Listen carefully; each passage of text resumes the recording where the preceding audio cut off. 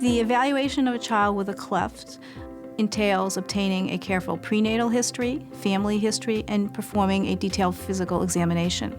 The frequency of cleft lip and palate is anywhere from 1 in 500 to 1 in 1,000 births. Cleft lip is more frequent in males than in females, and cleft palate alone is more frequent in females than males. The prevalence varies by ethnic background and by socioeconomic factors. The prenatal history is important as a small percentage of cases may have a history of exposures. Therefore, we ask about whether the mother used anticonvulsants, alcohol, cigarettes, or whether the mother had maternal PKU, phenylketonuria, which was not under strict control.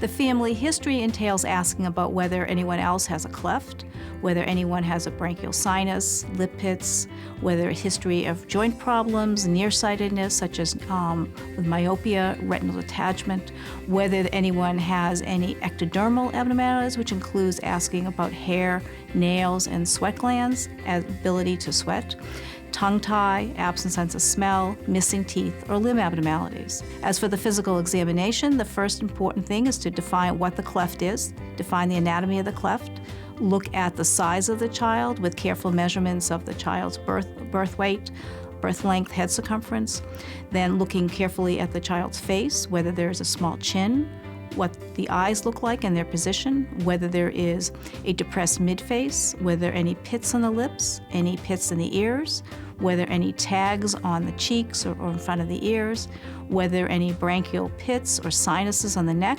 then looking at the hair and nails, and if for an older child, looking at the teeth. Sometimes, in addition to those 3 parts, we go on to do laboratory tests. It's important for the clinician to identify the precise type of cleft the infant has. This baby has a unilateral left incomplete cleft lip with an intact hard and soft palate. Here is a complete cleft lip and cleft of the gum, but with intact palate. This infant has a right unilateral incomplete cleft lip with a cleft of the palate. Now you are looking at a child with a right unilateral complete cleft lip and cleft of the palate. Here is a bilateral cleft lip with a bilateral cleft palate. The drawings illustrate cleft of the soft palate on the left and cleft of the soft and hard palate on the right. One of the key components of the assessment is to determine whether the cleft is syndromic or non-syndromic. Non-syndromic means there's no other associated features. Syndromic means that there are other associated features, and we determine which syndrome by the pattern of associated features. 50% of patients with cleft lip and palate have a non-syndromic cause, while 50% of patients with isolated cleft palate have a syndromic cause. Syndromic forms of cleft palate alone can include chromosomal and single gene disorders.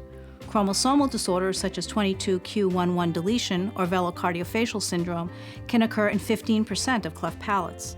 Or there may be a single gene disorder such as Van der Wood and Stickler syndromes, which are often associated with Robin sequence. The causes of non-syndromic clefts are considered multifactorial, meaning that most likely there are multiple factors, perhaps a combination of multiple genes or genes with environmental influences, or there is no reason for the cleft at this time. Another possible cause is teratogenic due to exposures during pregnancy.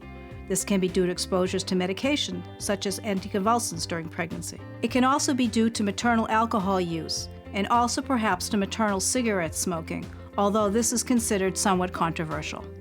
The recurrence risk in siblings depends on whether the cleft is non-syndromic or syndromic.